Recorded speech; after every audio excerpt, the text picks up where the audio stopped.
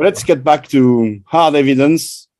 Let's get back to the coins, the inscriptions. Let's get back to, for example, this coin from, it was minted between 644 and 656. So according to the standard Islamic narrative, this should be a coin minted by Uthman ibn Affan, and it is a copy, a crude copy of Byzantine files, and we also see the M and the Christian crosses, which tells us that Uthman, or at the time, during the time of Uthman, the Arab leader who minted this coin, was still using a Byzantine Empire pattern with the Byzantine Empire figure on his coin and with Christian symbols. So it's the same as the previous coin. It's the same also with this coin, another coin minted between 644 and 656, which is also a copy of Byzantine files. And we still have the crosses, we still have the emperor, the Byzantine emperor figure. This is him here. How could a Muslim in his right mind put a Christian sovereign on his own coins? This is not a Muslim coin. This is a Christian coin, or quasi or pseudo Christian coin, and still the same Byzantine Empire pattern, Byzantine Empire figure, and Christian symbols. But then let's go to the east. Let's go to the former Sassanid Empire. This is a pattern. This is a drachma from the beginning of the 7th century.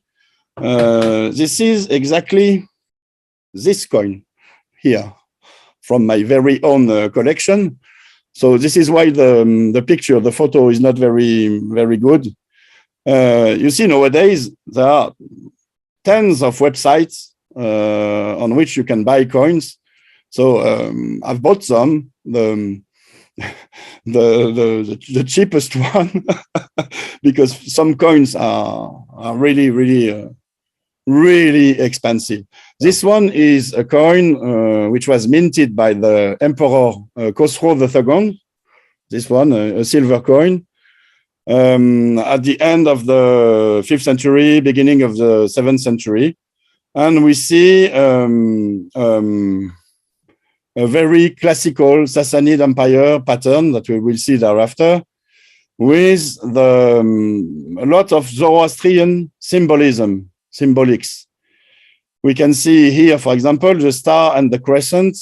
The star and the crescents are, I think, symbols of the fire cult. You see, in the Zoroastrian religion, they believe in a one God who is in a sort of encased within the fire. And here, on the reverse of the coin, here you see this inside the green circle. There is an altar here with fire burning on top, and we have two attendants. They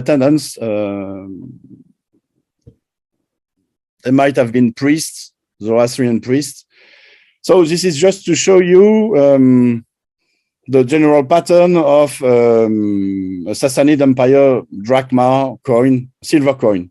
There were also copper coins. You can find it on those websites I told you about. But mostly we will deal here with silver drachmas.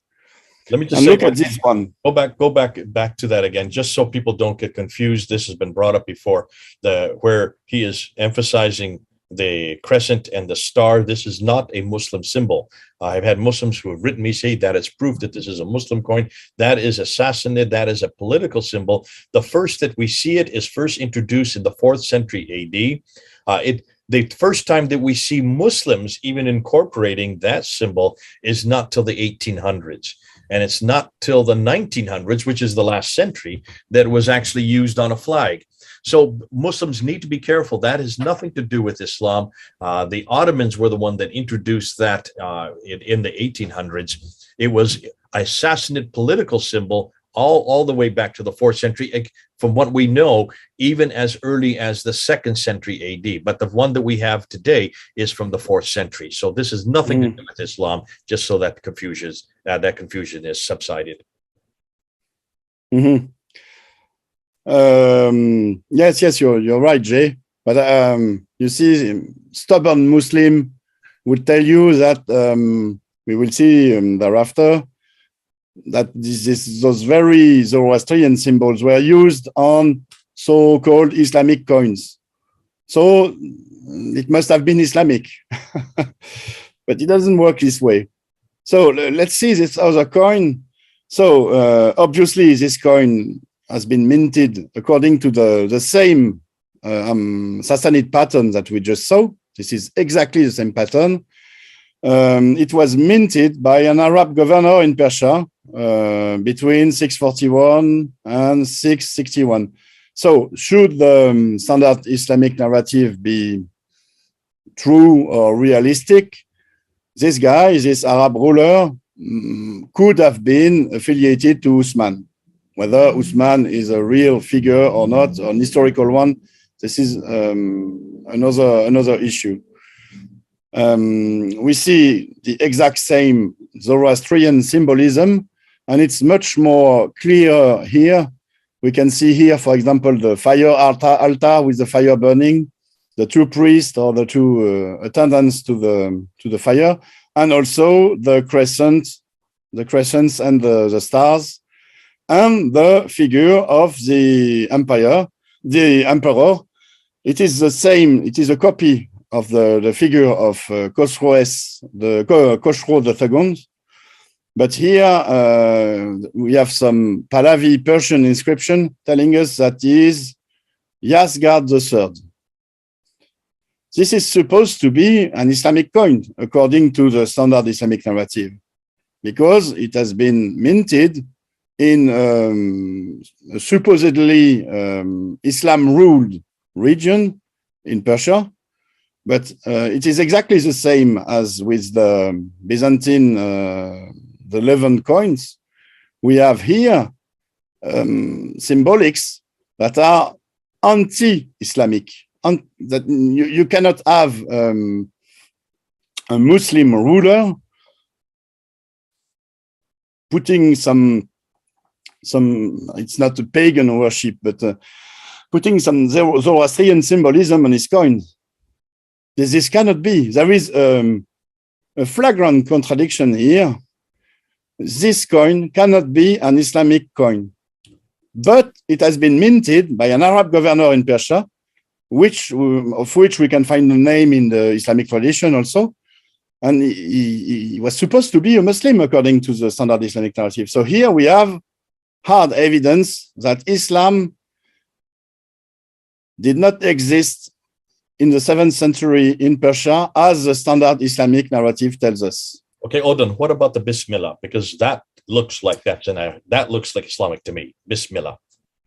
Jay, we'll get to it in a minute, but not now. What I just wanted to point here is the Persian Empire pattern, the Persian Empire figure, and the Zoroastrian symbols. We will get to the Bismillah in a minute, because here I want to introduce the Bismillah. I want to introduce that we find on the coins that the Arab rulers, the Arab leaders, make new claims to justify their power. We saw that they used in the Levant the very same coin, the copies of the coins of the Byzantine Empire. But you will see that there are, as we scroll, as we walk along history, as we look at the coins succeeding each other, that they add something new. And this novelty is new claims to justify their power. And especially here, on this coin, what do we see? We see the Bismillah. Bismillah means in the name of God, which means here that the ruler, even though he has a, I don't know, a sort of soft touch or for the Zoroastrian religion, he still believes in the one God, because Allah in Arabic is the name of the one God. So we have a monotheist ruler putting some Arabic writings on Persian coin, which contradicts what the Persian coin is telling us. This is very strange. This is very strange. And it is one of the first coins to bear this Arabic phrase, in the name of God, in the name of Allah. And we will see around the same time that the very same thing is happening also in the West, in the Levant. For example, with this coin, which is an Umayyad false, which has been minted. Can you go back to that one? And I just want to go back to that real quickly, and then I want you to unshare, because I want to talk about something here that will help people. All right, Odon, let me just put this, because people will bring this up, and Muslims have said this in the comments when I have brought this up. Allah is uniquely the Quranic God. Therefore, he's the God of Islam, which today does make sense. I would suggest that today, in the 21st century, if you use the name, okay, let me finish. If you use the name Allah today, almost anybody would say that's the Islamic God. But in the 7th century, that makes no sense. And this is why you need to be careful that you don't impose today what we now consider to be the name of God in Arabic, which would be the Quranic name. Don't impose it back onto the 7th century, because it's not true, Odon, that everybody used in Arabic, every religion used the name Allah. So the Christians would have used the name Allah, the Zoroastrians would have used the name Allah, possibly the Jews would have used the name Allah for their God in Arabic. Am I correct? Yes, you are. Allah only means the one God. It doesn't mean the one God of Islam. It doesn't mean Islam at all. And still today, we have maybe hundreds of thousands of Arab Christians in Jordania, mostly, that still use the Allah word to say God. To designate. And they were Christianized before Islam. Yeah. So the name for God before Islam even used it was Allah in Arabic. So I just want to shut this down, because I know this is going to come up and people say, that is an Islamic coin because it has the name Allah. Okay. I just wanted to make that aside. So people. As you pointed it could be a Jewish coin. The name for the one God in Hebrew could be Elohim. Yeah. Which is the very same as Allah. Elohim, Allah. Yeah. It means the one God, except in Hebrew, it's a plural, Elohim. Elohim which is also but in Arabic, it's the God. If you want to just take it semantically, it's the God, generic. The God, not God, the God. Yeah. The God. Okay, thanks so much. Okay, so this is what happens in the East. So, and Arab rulers, because there were many other coins minted on this pattern with the Bismillah from other Arab governors. It's not only this coin. You can find tens of different coins like this with different Arab governors, governors in Persia, having minted the Bismillah on their coins. So this happened in the East, and in the West, in the Levant, we find something similar. For example, on this Umayyad false, which has been minted between 661 and 684. So here we can say for sure that it had been minted under Muawiyah. But we cannot say for sure that Muawiyah was a caliph and a caliph of Islam. Because what we get from the evidence of this time is that this title, Caliph, is nowhere to be found for Muawiyah, and also for Umar and the others before him. And we see also that the historian from this time, the one who wrote about Muawiyah, described him as a sort of a Christian king. He went to pray, for example, in the Holy Sepulchre, and we will see that he still uses Byzantine pattern coins. He still uses crosses and so Christian crosses on this coin. But here we see that he added the Bismillah in the name of God. So those coins are not the exact same copies of the Byzantine coins. There is something new. There is the Bismillah. There is also here Arabic inscriptions telling us about the validity of the coin. So we see here that an Arab power is kind of emerging, but it is not an Islamic power yet because of the crosses and because of the Byzantine Empire pattern, which means that Muawiyah, even though he oftenly opposed to the Byzantine emperors, he was still within the Byzantine Empire influence sphere. He was still a Byzantine himself, a kind of a Byzantine. And so when we put this on the chart, what do we get? We get maybe Uthman, should he have existed, who said that he was reigning in the name of God.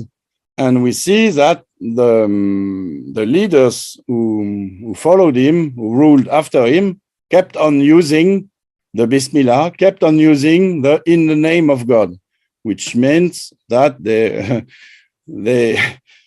pretended to rule in the name of God, which is something in the construction, which means something in the building of the religion. Let's get here to an inscription, not a coin, a very interesting inscription, which is dated from 663 and mentions here Muawiyah.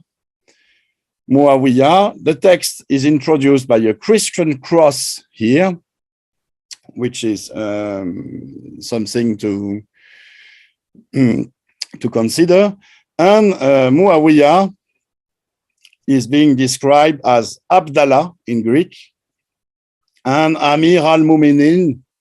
So Amir al-Muminin, which means he is both servant of God and commander of the believers. The Muminin can be translated as the believers, or can be also translated as the faithful, the one who have given faith to something. But when you are commander of the believers, it can mean also that you are that the believers are the one who have given faith to you. So the believers might be the sort of Praetorian Guard, or the one who are closer to the commander. But let's keep in mind this: Muawiyah is named servant of God and commander of the believers. But what do we see here? We see a Greek inscription. This is not an Arabic inscription. We see this is a Greek inscription with a Christian cross, which means that the Muawiyah's administration, Muawiyah's power was not an Arabic power, was not completely Arabic. It was mostly what we told about the decolonization and the countries that became independent from the colonial powers, but whose administration was left in place, and who kept on using the colonial ways. Here we see that the territory Muawiyah was ruling over was not an Islamic one. It was still being administered according to the imperial fashions, imperial ways, with Greek-speaking employees speaking in Greek, writing in Greek, such as here. And so this was not Islam yet. People were not speaking Arabic. People were not Muslim. They kept on using crosses. And Muawiyah, he might have well have been the servant of the one God of the Islamic God, Allah, or the servant of a Christian Allah. So here also something very, very strange and a sort of contradiction to the standard Islamic narrative. Muawiyah is supposed to be the fifth caliph. He should have came after the four Rashidun caliphs. So Islam should have been implemented. Islam should be in place, yet it is not. And this is hard evidence to prove it. And we have other evidence like this. We have in the East other coins. This one is still being minted with the Bismillah. And this one is interesting because we have the name Muawiyah, commander of the believers, here in Persian script, here in the orange square. And we see that even though Muawiyah is the commander of the believers and claims to rule in the name of God, he still uses the Persian Empire pattern for his coins, with the Persian Empire figure, not his figure, but the Persian Empire's figure, the Persian Emperor's figure. So still, this is not Islam, even though he is commander of the believer and he rules in the name of God. Here we have another inscription on a big stone near Taif. This is an inscription commemorating the construction of a dam. So it's in Taif near Mecca in 678. And this is an inscription that depicts Muawiyah as being, again, the servant of God and the commander of the believers. This means something when you are both servant of God, which means the closest to God, and also the commander of the believers. When you put those two phrases together, it means that you are a sort of intermediary between God and man, which is a very a grand claim, a very grand claim. We see here a sort of messianic pattern. Remembered Muhammad as being the one who announces the coming of the Messiah, Umar as being the savior, being a messianic figure. And here we keep on finding some messianic stuff. Muawiyah is claiming something that only the Messiah should be. The Messiah should be the intermediary between God and man. Here, Muawiyah is telling us, he's telling the world, for everyone to read, to see this inscription, that he is an intermediary between God and man. And we see also that Muawiyah, with this coin in particular, tries to, at the end of his reign, to take its independence from the Byzantine Empire. This coin is very interesting. It had been minted by Muawiyah himself, by Muawiyah's administration, probably around 678. And this coin was minted in order to pay a tribute to the Byzantine emperor. And he did so by minting a de-Christianized imitation of a gold coin from Byzantium. This coin, exactly. Here you see, this is the a coin which was minted by the Emperor Heraclius before this one. And this is a mockery. This is a statement of mockery because the de-Christianization that we can see on this cross is about taking off the crosses from the emperor and from his sons, and also on the reverse, putting instead of having a fully fledged cross, Byzantine cross, like it should be, we have a bizarre. It's not a cross; it's the staff with the bar here. One could say it's a toe cross, but no, I think it's a mockery. And the mockery goes so far as to imitating the Greek inscription around the fake cross.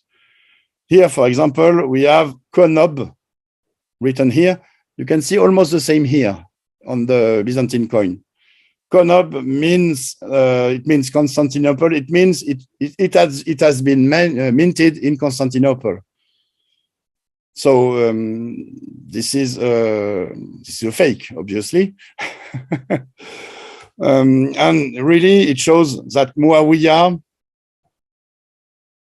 mocks the Byzantine emperor, mocks the Byzantine Empire itself, and tries to say, I am my own ruler. I don't abide by your Christian views anymore. I am potent enough to try to have this mockery at you. But this did not went well. The emperor refused the coins. He refused that the tribute would be paid to him with those coins. And he forced Muawiyah to mint regular Byzantine coins to pay him. So on the graph, if we put Muawiyah here, we see that Muawiyah kept on ruling in the name of God, but he pretended to be an intermediary between God and man. And so we see here that the Arab rulers kind of added new layers of justification to their powers, and they become more and more like the Messiah himself. They rule in the name of God, and they are intermediaries between God and man. So let's see this very interesting coin. This coin, obviously, is also a Byzantine coin, a copy of a Byzantine coin. We see an imitation, a very crude imitation of the Byzantine Empire pattern. But we have here the crosses, the Christian crosses. We have the M for the numos, the false. This coin was minted between 679 and 691. So by an Arab tribe, the Ghassanids. It bears the name Banu Numan, according to, I think it's Califas again. I should have put the reference here. But there is something very, very strange about this coin, that this inscription, in Arabic, it's MHMD Muhammad, on a Christian coin. What does it mean exactly? Who is the Muhammad? What does Muhammad mean for the people who minted this coin? What does it mean to put the Muhammad phrase, the Muhammad word, on a coin with crosses and with Christian symbolism? Does it mean that the leader, the Arab ruler who minted this coin, claimed to be himself a Muhammad? Usually, when we see things on a coin, it relates, it points at the sovereign. For example, here, this is a copy of a Byzantine coin, but we have here an image of the Byzantine emperor. So who is this Muhammad? Is he the Byzantine emperor? Is he the ruler who used the Byzantine emperor figure to mint his coins? And what does it mean exactly, Muhammad? We saw that he was the coveted one, the desired one. Does this mean that there is a new Muhammad in town, a new precursor to the Messiah, someone new who claims that the Messiah will come that is coming is imminent. This coin is very, very strange, and it does not fit at all the standard Islamic narrative. Such a coin is an heresy for for a Muslim mind, and it exists, and it shows us real hard evidence that Muhammad was not what the standard Islamic narrative told us. Should he have been the prophet of Islam, a coin like this should never have existed. Yet it exists. This is not an invention. This is hard evidence from the 7th century, which tells us that the standard Islamic narrative is very wrong. So what can we make of it in our graph? The Ghassanids were not rulers, were only a tribe, a big tribe, but not but they did not rule over the Levant or the East. So what can we make of this? Is this a new title for rulers? We don't know. The only thing we can gather from it is that maybe the Hassanid ruler claimed to be a new Muhammad himself, a new precursor, or maybe it was Jesus. Maybe it was Jesus himself who was named Muhammad, because after all, it is a Christian cross. It is a Christian coin, with Christian crosses. And so the coveted one in a Christian mind might have been Jesus himself. And this hypothesis, I think, is relevant, but not as relevant as the hypothesis of a new precursor, someone new who announces the coming of the Messiah. And I think the answer to this question lies with another coin, which appeared almost during the same time, which was minted by Abdallah ibn al-Zubayr. Abdallah ibn al-Zubayr was an Arab ruler in the east, in the region of Bishapur, I think. So nowadays it's between Iran and Iraq.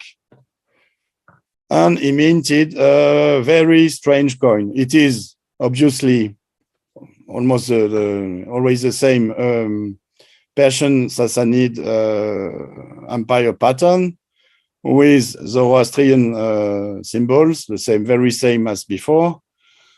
We have the Bismillah. So this ruler claims to rule in the name of Allah, but we have something new here. We have the phrase Muhammad Rasulullah. It's written here in orange, and you can see it here. Muhammad Rasulullah. What does it mean exactly?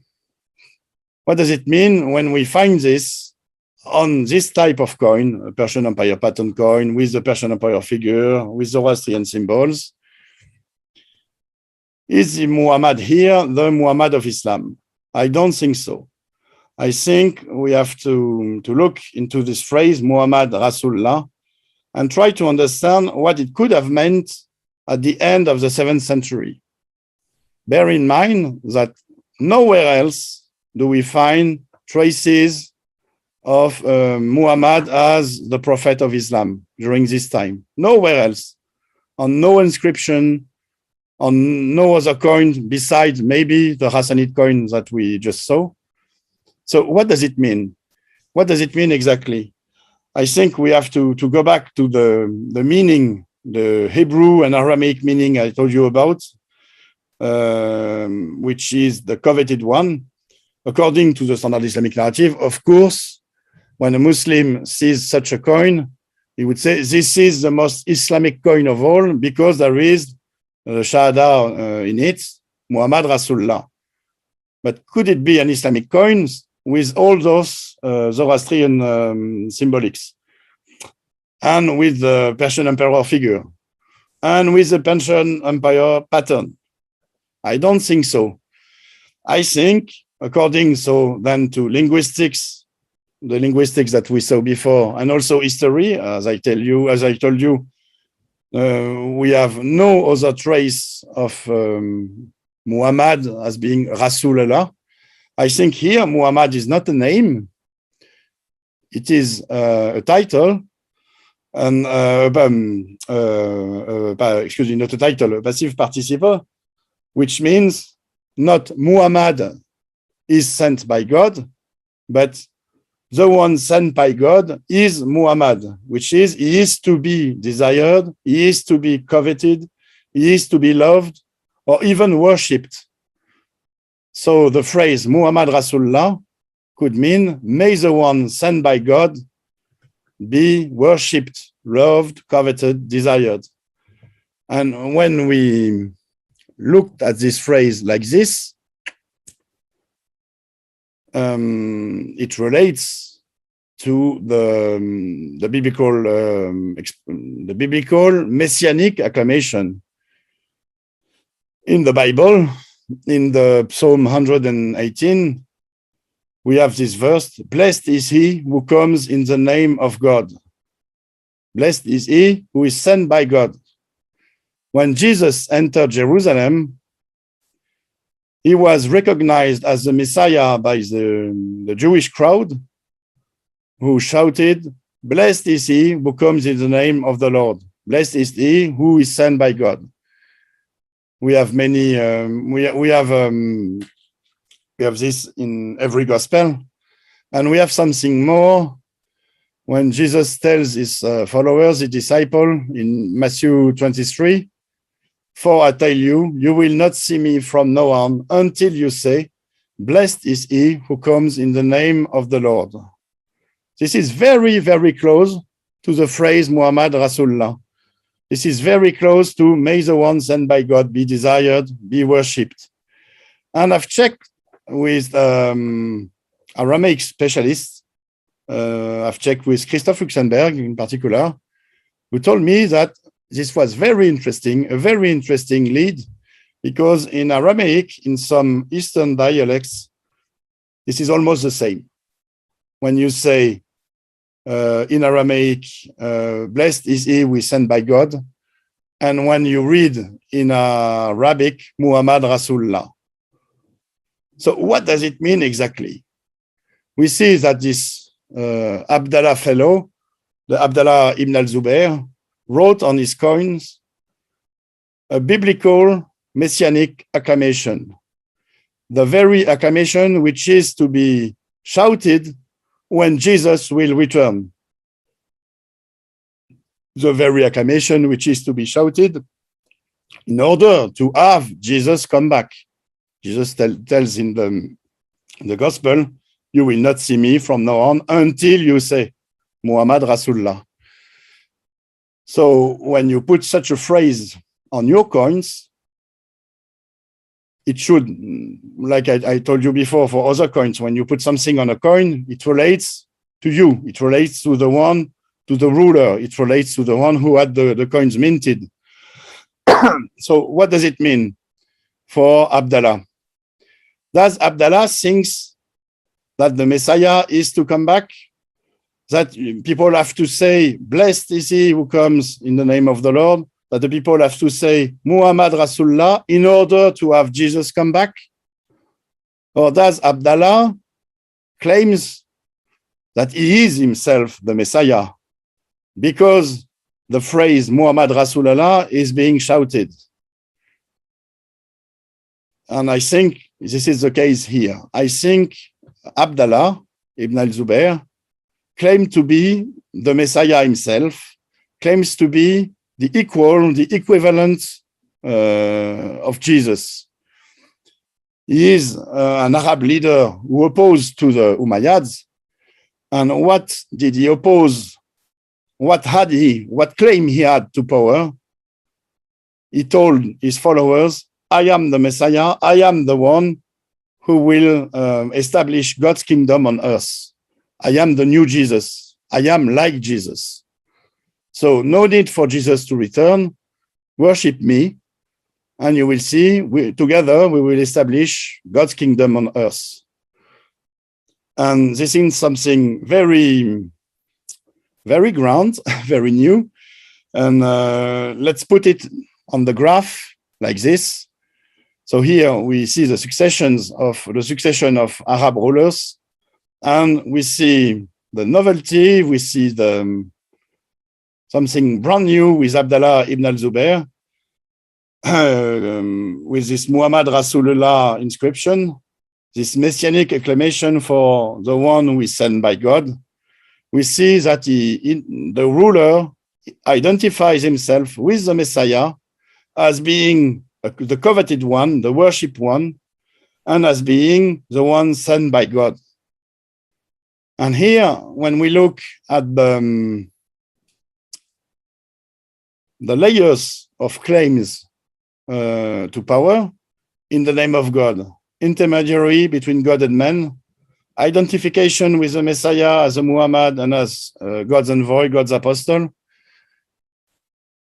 it kind of looks like Islam. It's not Islam yet, because we do not have the prophet of Islam, but we see something approaching Islam, something with an Islamic flavor in it.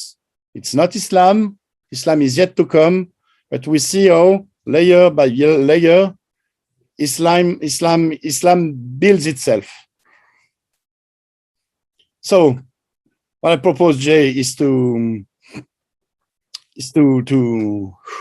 make a little break and to continue the presentation thereafter with Abdul Malik, the Umayyads, and the Abbasid Revolution. Okay, let's go ahead and unshare.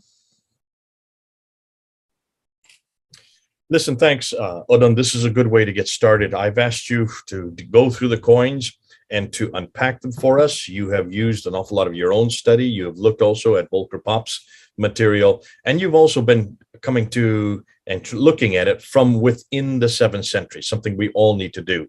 And this is what a huge frustration we have with so many scholars today. They still want to keep imposing the 9th and 10th century. Why don't we just look and see what's happening politically, what's happening theologically, what's happening religiously on the ground, and then interpret the coins that are from the same time period and from the same area. And you've done that. And you looked at the coins, the graph that you have there, you're looking at, and you used the names from the standard Islamic narrative. That will confuse a few people because you use the name Umar and Uthman. Don't worry about it. He's doing that to show a time period. He's not saying that this is the Umar of Islam, the standard Islamic narrative, or the Uthman of the standard Islamic narrative. But you did go through and they showed the sequence. And you're starting that by showing that in the West, over here in the West, you have all these Byzantine client states, is maybe probably the way we use it in English. These are subsidiaries. They are still having to pay tribute to the Byzantine power, which is up there in the northwest. And so they are using the coins that the Byzantines have left behind. The mints are still there. The mints would still be pouring out all of these coins, but they do change them. They now start adding their Arabic symbols, and they start adding their Arabic reference points, and they start adding their Arabic phrases.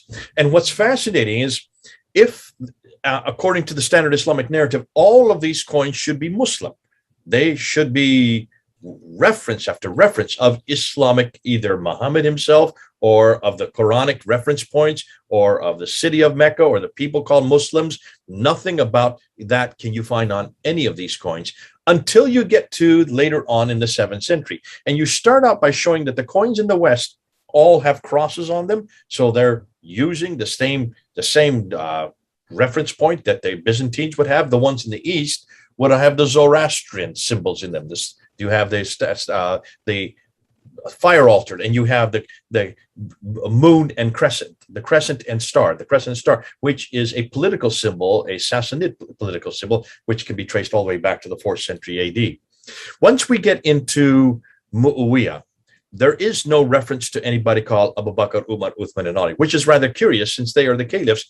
The Umar that is there is not the Umar of the standard Islamic narrative. We can't find anybody that's any caliph called Uthman, or we do have references to Ali, and Ali does. We're going to be talking about Ali in the later on, but it's not the Ali of Medina. It's the Ali of way up north, up in Iraq, and so these are important that we look and see who these people are. The names are quite common, and of course these are people from places like Al-Hira, which is today Kufa. You go into then you really zero in on Muawiyah, and I like what you've done with Muawiyah, because you show that his coins here in the West, he's very much a Christian. In fact, he goes to the Church of the Sepulchre and prays in the Church of the Sepulchre. What Muslim would do that?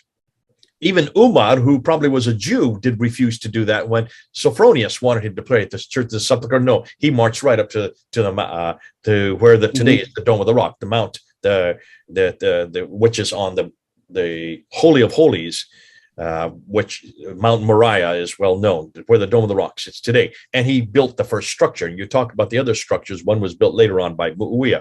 So you have these coins showing that here in the West, Muawiyah was a Christian. In the East, he is very clear that he continues to mint Zoroastrian coins.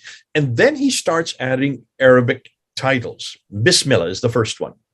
And that's fascinating because in the name of God. And that makes sense. But he's not a caliph. He's well known as a king, and that's very clear. It's also, you then go and you talk about the Gadara, which is the inscription there in Hamat Gedar in Syria. And that Gadara, written by inscription by Muawiyah, starts with a cross, which is Christian, and then is all written in Greek. And you're saying that this proves that this is still the language of the Byzantines. It's not at all, in this case, he's not even using Arabic at this time. You then zero it down to 678. You go look at the inscription at the dam in Taif. Now, for those who don't know where that Taif is just southeast of what is today Mecca. So it is in the Hijaz. And listen, Taif is well known. That would have been there for centuries. That was one of the oasis along the western, what they call the Western Plateau trading route that starts in Aden and goes to Sana, goes to Najran, goes to Taif, goes to Yathrib, to Khaybar, Tabuk, and then on up to Gaza in the north. But Mecca was never on that trading route. I think we've shut that one down. So it makes sense that he'd build a dam there, because by this time he controlled all that land. But what's interesting is what that inscription says. Muawiyah, the commander of believers and the servant of God, which is a messianic reference point. And you've mentioned this, that many of these leaders took on this messianic role. They were almost putting on that mantle for themselves. Are you suggesting that this is what Muawiyah is doing here in this dam inscription? Exactly. When you claim to be the intermediary between God and man, which is what the combination of servant of God and commander of the believers means, when you claim to be such an extraordinary ruler, you're not the Messiah, but you try to be. Okay. And because the Messiah had not returned, they were now taking on, in some ways, they were now taking on that function themselves, which would aggrandize them in the eyes of their own people if they did. So you can see why that gives them more authority. I liked what you did by zeroing in on the Muhammad, what we call the Muhammad coin, the Ghassanid coin from 679 to 691. This is at the end of Muawiyah's reign. This is a coin that has the word Muhammad written on it. It's written, it's a Ghassanid, so it's over in the east.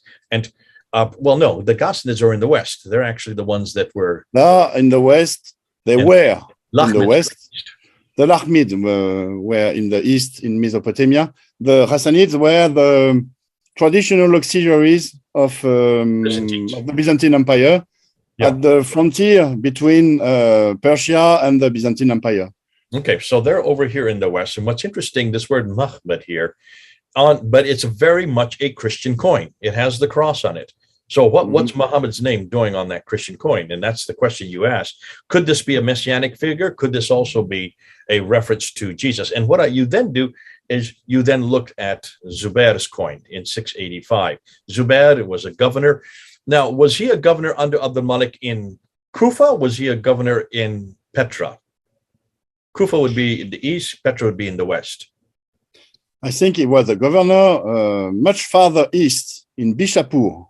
Bishapur, okay. So you're saying over Bishapur. here, And the thing with Petra then what is is the very Iran today? interesting. It's Gibson's hypothesis. We should maybe discuss about this later. Some other time, But yeah. we have no hard evidence that he was in Petra. I think he might have been in Petra, but it is all a conclusion of a very critical analysis of the standard Islamic narrative. Okay. The standard Islamic narrative tells us about the wars between the Zubayrids, the partisans of Abdullah ibn Zubair, and the Umayyads. And that it also tells us that he was supposed to be the governor of Mecca, which contradicts the evidence that we have from his coins, because his coins were minted much more farther east in nowadays Iran. So what was he doing in Mecca when he was supposed to rule in Iran? Yeah, okay. So but he was opposed to the Umayyads, so I think it is very probable that he went along Mesopotamia with his troops to oppose the Umayyads. And what do we have here? We have Petra, but this is another story, another issue. Can do that later, but let's another time. Let's get back to the coin, because it's this word Muhammad, the Rasulullah, that you really zeroed in on, that phrase, Muhammad Rasulullah, which is second half of what we know as the Shahada. The Shahada was then introduced by Abdul Malik in 692 and 691. We're going to get that in the next episode. So he has this phrase, Muhammad Rasulullah, and what you say, you need to look and see what it meant back then, not what it means today. Today, it's very clear. It means Muhammad, the prophet of God, the servant of God, and that's why today we need to be careful that we don't envoy the apostle. It doesn't mean prophet. It doesn't mean prophet. Rasul is not prophet.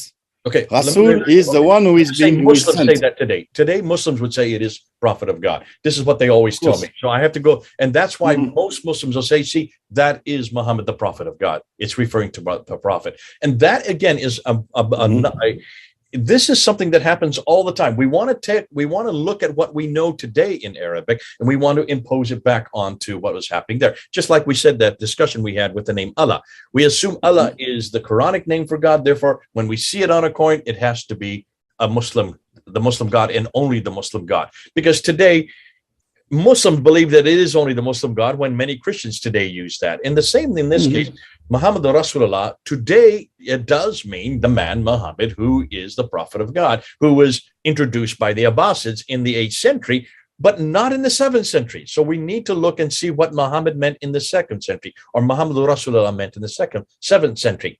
And you're saying that this Muhammad, this word could be the desired one or coveted one. This could also be the greatly beloved. But when you put it in a phrase like that, the best translation would be, may the one who sent by God is to be desired, or is to be blessed. May this one sent by God may he be blessed. That's really the best way to translate this, which would make sense on a Christian coin, or in this case, a Zoroastrian coin, that was minted by Zubair. That makes sense in the 7th century. Therefore, let's keep it in the 7th century. And then you could see that there are antecedents to this right in the biblical text. There's all kinds of antecedents in the Old Testament and in the New Testament in the Gospel of Matthew. So this could be a messianic title. This could be either Zubair is taken on that title for himself, because as you've said many times, many of these rulers, that's how they would aggrandize himself, give authority to themselves. He could be talking about himself, or he could be talking about Jesus. We just don't know, because we're not there in the 7th century to ask him. But it looks like that we must make sure that we do translate it in the context that it means at that time. Now, what I'd like to do, and what we've said we're going to do, is go and continue on looking at what these coins. But what I'd like to do now is to go and unpack Abdul Malik, because he is really the one that really stands out. And he is the one that we've been talking about for almost a year and a half, or more than that even. But he is the one that I'd like to unpack. We need to spend more time with him, not in this episode because he would take up too much time. We've already gone way over time. So could you come back, Odon? Let's finish this one down. Let's see what people have to say. We've covered from the time period from the early 7th century up until 685. Now we want to move to 692, and we're going to come back and start unpacking what gets more exciting, because we're now going to start seeing when Islam starts to be seen on the coins. Okay, do talk about it. Do come back. Put your comments there. We'd like to see what you have to say, and we'll certainly answer them as best we can. Odon, thanks for coming on board again, for doing a Thank you, Jay. We're going to keep our same clothes on and just go right into the second episode. You all will see that. And until that time, this is Odon in France and Jay here in the United States. Over and out.